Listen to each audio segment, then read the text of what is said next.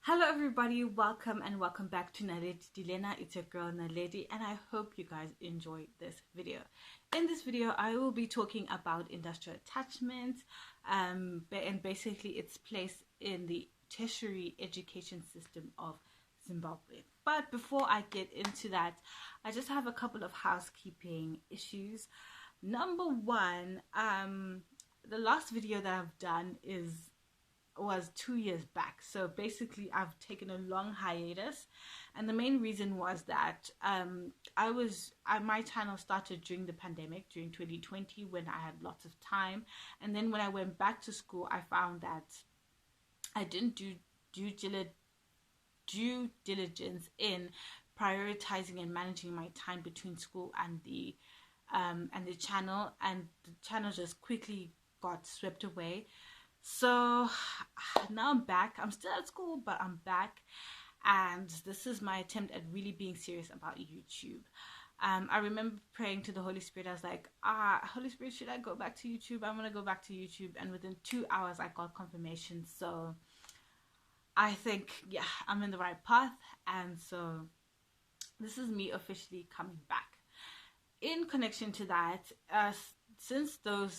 during those 2 years, or since the last video, I have since deleted my editing software, my editing app, and my thumbnail creation app. So my videos now will be done in one take, and yeah, my thumbnails will be very simple. So I'm just asking that you bear with me on that one whilst we sort out all those logistics, right? So yeah, now let's get into the video. I have my notes here, and since this is in one take, you will see me referring to them as opposed to having breaks. So I'm just asking that you bear with me. So first thing is, what is student attachment, or rather the official term for it is industrial attachment. So basically what industrial attachment is that within, I think, majority of universities or tertiary institutions in Zimbabwe, including polytechnics, what you do is the year before your final year, so whether you have a 4-year degree, this is your third year, if you have a 5-year degree, that is your 4th year. So the year before your final year of your degree, you go through what is called industrial attachment. And what that means is that you go and seek out a work experience within the field of your study, or within the industry of your study, right? So basically the process is that you get given an you have your CV and then a letter of industrial attachment from your university. Then you go and apply for industrial attachments to companies, right? So for example, I'm studying property development and estate management at the National University of Science and Technology in Zimbabwe, which is located in Bulawayo, right? So basically I'll have an industrial attachment letter from them attached to my CV, and then I go to real estate or construction companies because they deal with property development, valuation management, and sales and investment. So basically anything to do with real property studies, I go and apply to companies that fall under that grouping. So even building societies, insurance companies as well, because they have property sections or property departments, right? And I go and apply to those companies for industrial attachment. And so what basically it is I then get hired by that company as an attachee under industrial attachment for the purposes of further education within my field. Because during your course or during your time in your degree program, you're having theory lessons from your lecturers about your industry, right? And so what industrial attachment, it gives you practical and real experience within your industry that will help inform you or add on to or flesh out the many things that you've been taught throughout your time so far in your degree program. And so because a lot of universities do industrial attachment across their degree programs, the degrees, this is usually done in bachelor degree level. So the degrees end up being sort of changed, or they get upgraded from just plain bachelor's in science degrees to bachelor's in honors degrees, right? So it adds that extra value to your degree, as opposed to other areas, perhaps in like South Africa, where you have your bachelor's degree and then after some time you go back to university to pursue an honors degree on top of or in addition to your initial degree. Us is just all meshed into one because of that work experience, right? So so I hope I explained that well. So basically you have a temporary job, right? So what a lot of universities have is they have a minimum requirement of time that you should have spent at a company in terms of doing that job. So I think for us it was 8 months, but then it ended being changed. It ended up being changed to 4 months, and I'll explain why. So there's a minimum time that you should have completed within that industrial attachment. Then after that industrial attachment, you produce a report of what you've done. That report is then signed by your supervisor, by the way, by your supervisor in that company, and then handed to the university. And basically your industrial attachment gets marked by that report, and then through that report you either pass or fail your industrial attachment. And then if you pass your industrial attachment, you can then carry on to your last and final year. If you don't, you kind of have to do the whole thing again, and then only after you pass you go on to your final year. There's something, yes. So when you do finally get your industrial attachment upon arrival, mind you, this is the process of my university, and the processes are generally similar in multiple universities. So in my universities, you get given this arrival form. So when you have then been accepted by a company, you produce an arrival form where the details of that company are written down, the name, the address, who owns it, or basically what relation they have to your industry and your degree program. And within that company, whether it be an owner or head of department or just another employee, whoever has been assigned to supervise you then has to sign that arrival form, so that there's confirmation that you were actually attached. And so what some universities, let me not go there, but just know that arrival form, you need to have that at the back of your head, because it will come later on as I explain some of the things in due to English. It's late at night, just so you know why my English is not, it's late at night. But basically keep that arrival form at the back of your head. It will come later. So basically what industrial attachment is a set period of time where you are supervised by another employee or authority figure within a company that works within your industry. And what they do is that they educate you and teach you through work experience about your industry. So there's that element of education and learning that is essential for industrial attachment. So why am I talking about industrial attachment? I'm talking about it because obviously, actually it's not really obvious. I'm in my final year of my degree program, which means that then I have gone through industrial attachment, and then the people that I'm learning with in our final year, it means that they have also gone through industrial attachment.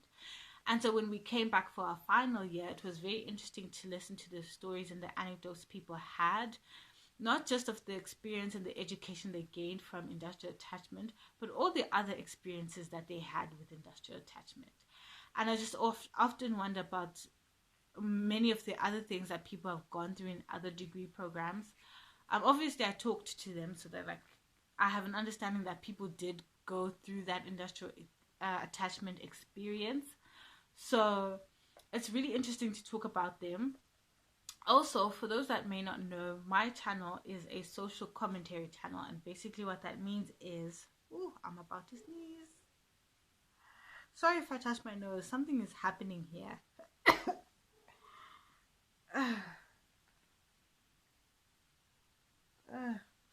Remember, it's all in one take, unfortunately. So basically what that means is that I provide my own analysis and understanding of many social cultural phenomena in Zimbabwe, right? So commentary channels generally do analyses and video essays of varying topics, from very serious topics to very light-hearted topics such as internet memes, internet trends, and all of that stuff. So that's basically what my channel is about. And since industrial attachment is a part of the social experience of many Zimbabweans, as more and more people have access and are getting into tertiary education, I thought that it was a topic that we could talk about, you know?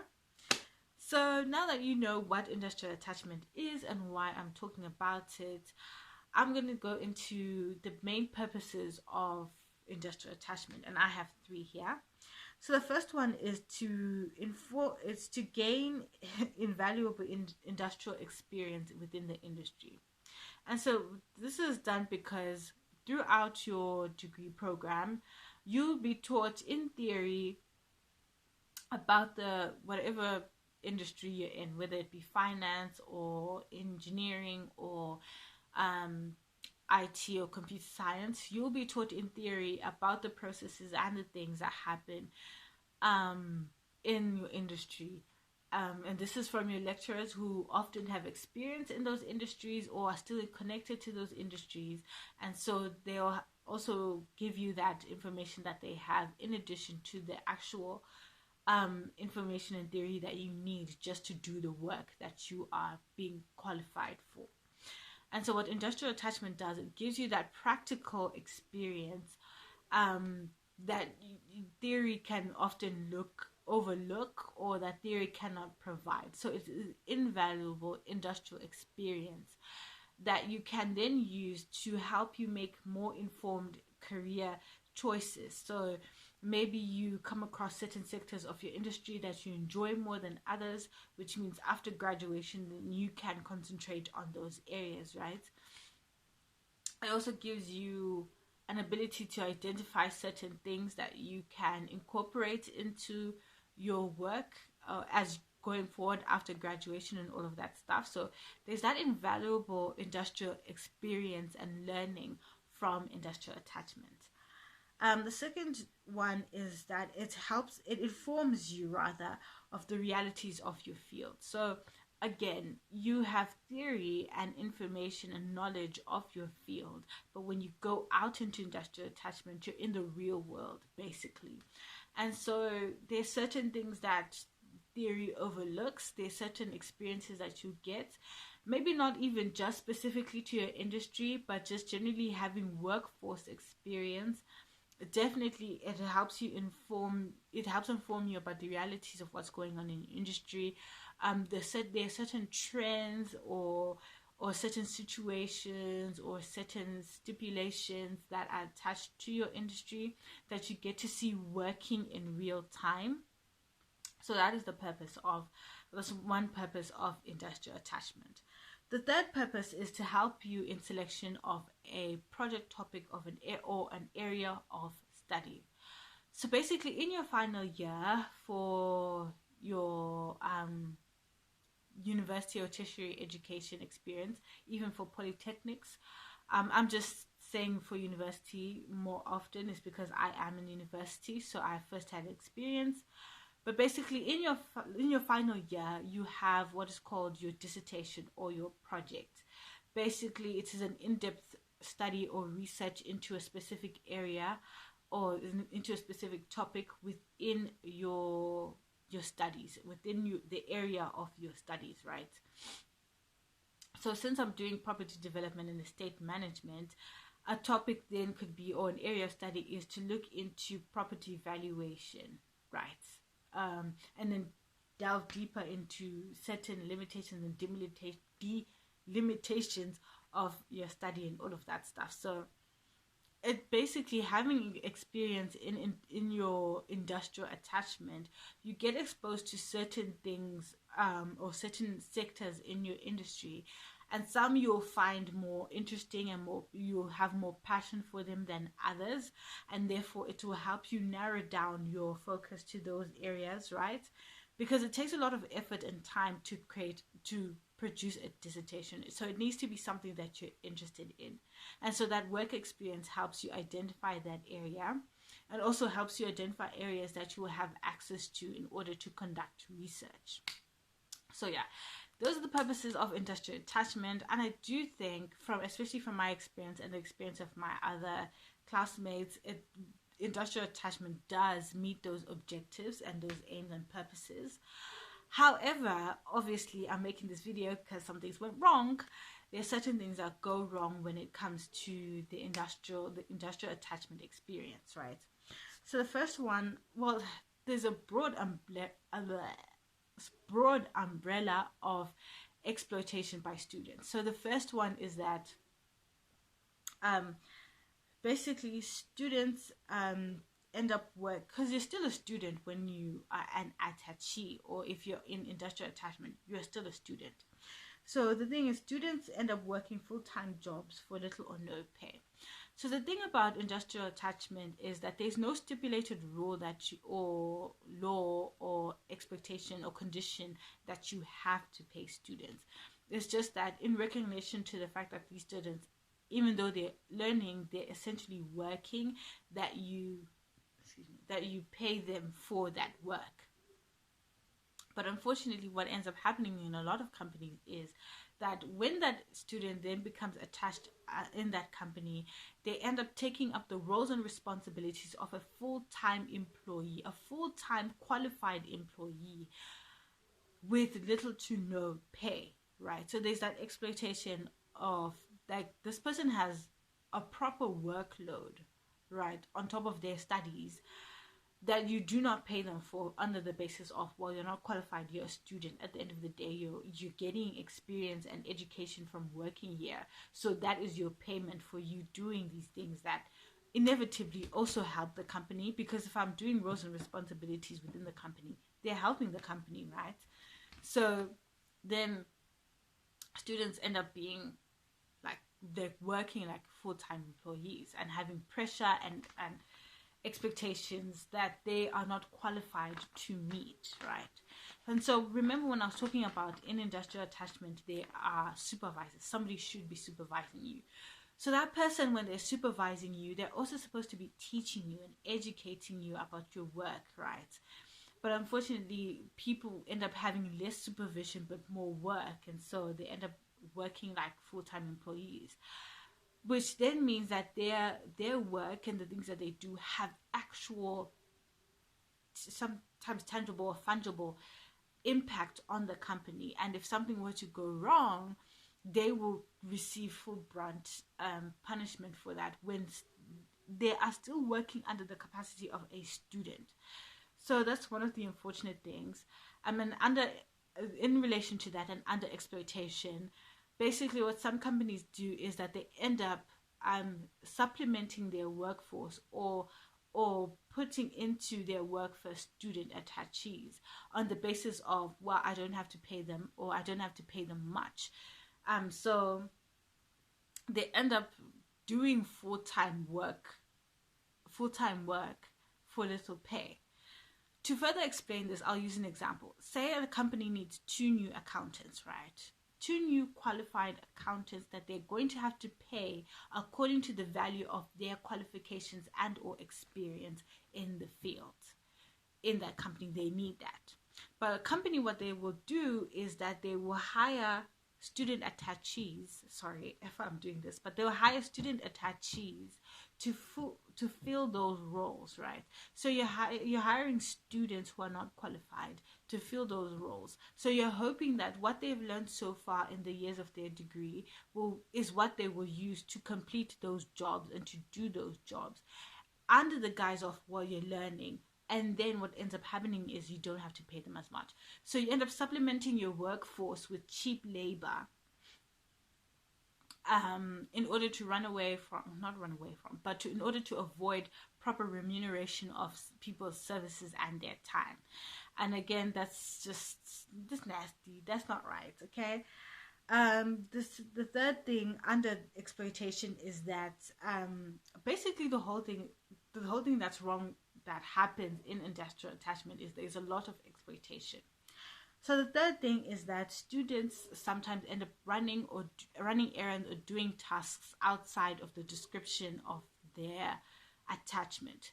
So I may be attached, understanding that I'm working under a real estate agent and I'm learning so, but that person can be like, go and pick up my dry cleaning, go and do stuff that's outside of what you're meant to do. And it's like, well, you're a student, so you should just be grateful that I'm giving you attachment, or you don't have much. Basically, again, English. Basically, an attachee doesn't have the same rights as employees. They do not have employee rights, so it makes it easier to exploit them and for them to do work outside of the parameters of their industrial attachment. So that's what ends up happening for quite a number of students who are attached. And then the last thing is that because there is a high unemployment rate in Zimbabwe already for people who are qualified, that means that it's also hard for students to find industrial attachment. If there's already not many vacancies for actual jobs, that means that there's also not many vacancies for industrial attachees. And also some companies are not so keen on hiring somebody, teaching them for a couple of months, only for them to leave and go through that process time and time again. So it ends up being a situation where industrial attachment is hard to find. And so what then happens is there's a sense of desperation that then comes with finding industrial attachment that companies then take advantage of. So I think that's another thing, that's another sore point when it comes to the industrial attachment landscape in Zimbabwe. So then we go to the suggestions, things that I think would really help in terms of dealing with some of these issues in industrial attachment. So number one is that there need to be inspections and industrial standards when it comes to industrial attachment of students. So basically in every industry there's probably some authoritative council or association. For example, Valuers Council, Real Estate Agent Council, engineering associations, accounting associations, accounting boards. Basically authoritative councils and boards within an industry that have authority and the ability to influence the workings of that industry. And so I think what would help protect students is for those boards to then have industrial standards on how to guide, teach, and educate, and also protect students from exploitation within their respective industries. Also, they could also inspect companies that then claim and declare that they have attachees or even graduate trainees. And also that inspection can also be done by the university. So remember when I talked about arrival forms, where you have information about the company and signature from your supervisor in that company that you have since been accepted by a particular company. So what a university can do is conduct due diligence in terms of communicating with the company in terms of the expectations of industrial attachment and the conditions conducive for education and teaching in industrial attachment. The only issue with that is that for a lot of degree programs, basically there are too many students, or there are lots of students. So the ability for the university to do that on top of already the other set of work that they have to do, it's going to be difficult. It's going to be difficult for them to do that. So that's why even for the professional boards and councils, apart from the work that they are doing, which is essential in that industry, it's going to be hard for them to do that work. Then the next one is to empower students. So basically, industrial attachment does not come as a surprise. Everyone knows that you have to go through this thing when you start your degree program, right? Even from part 1, year 1. So what lecturers and educators should do is that as the time for industrial attachment approaches, they should sit down with students and lay down, some tips, some advice for their experience in attachment. Basically, forewarning them, and therefore forearming them for the experiences and the realities of working in their industry, especially since lecturers have experience and are still connected to those industries. It will be really essential for that to happen. For example, there are alleged cases of sexual harassment that lots of women and men go through in industrial attachment. And remember, student attachees do not have employee rights, so they're susceptible for exploitation and just harm. So there is a need for universities to empower and to protect students by just letting them know that this can happen and giving them advice on how to mitigate or how to prevent, or how, let me not say prevent, because really it's not on the victim or it's not on the person's responsibility to prevent something like sexual harassment. It's that person that should just not harass them sexually. But yeah, just to help them go through those processes, to identify places that they can go to when they experience exploitation, that they can get justice and protection from. So that's number 2. And the third suggestion is that there should be incentives for companies, or there could be incentives for companies for accepting industrial attachees and then subsequently graduate trainees. For example, it is alleged, because I remember hearing about this and it was talked about at the company that I was working at, but I'll just say allegedly the Zimbabwean Development and Education Fund, ZimDef, was conducting work with companies, basically asking companies to declare if they had accepted graduate trainees, and in doing so they were going to be given grants, I think, or incentives. Yeah, I think incentives is the better word for accepting those graduate trainees. And that was done allegedly to curb unemployment, especially after graduation. So having incentives and maybe tax breaks, incentives, grants, or some sort of positive feedback for companies to accept attachees and graduate trainees, I think that would really help accept more trainees, and also have those authoritative figures basically check on the conditions of those trainees and those attachees, to then encourage companies to provide a safe working environment for the students and the graduates.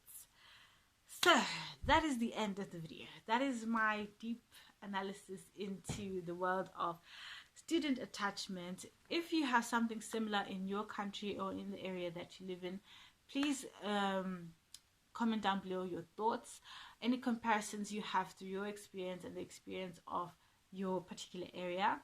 And if you don't have something like student attachment or industrial attachment in your country, tell me what you think about student or industrial attachment, if you think it's worth it, if you would consider doing it, if you would think that your education system would benefit from having it, or if you have any pitfalls or possible questions about industrial attachment, just comment down below. So yeah, I hope you guys enjoyed that video. Don't forget to like and subscribe, and I'll see you in the next one.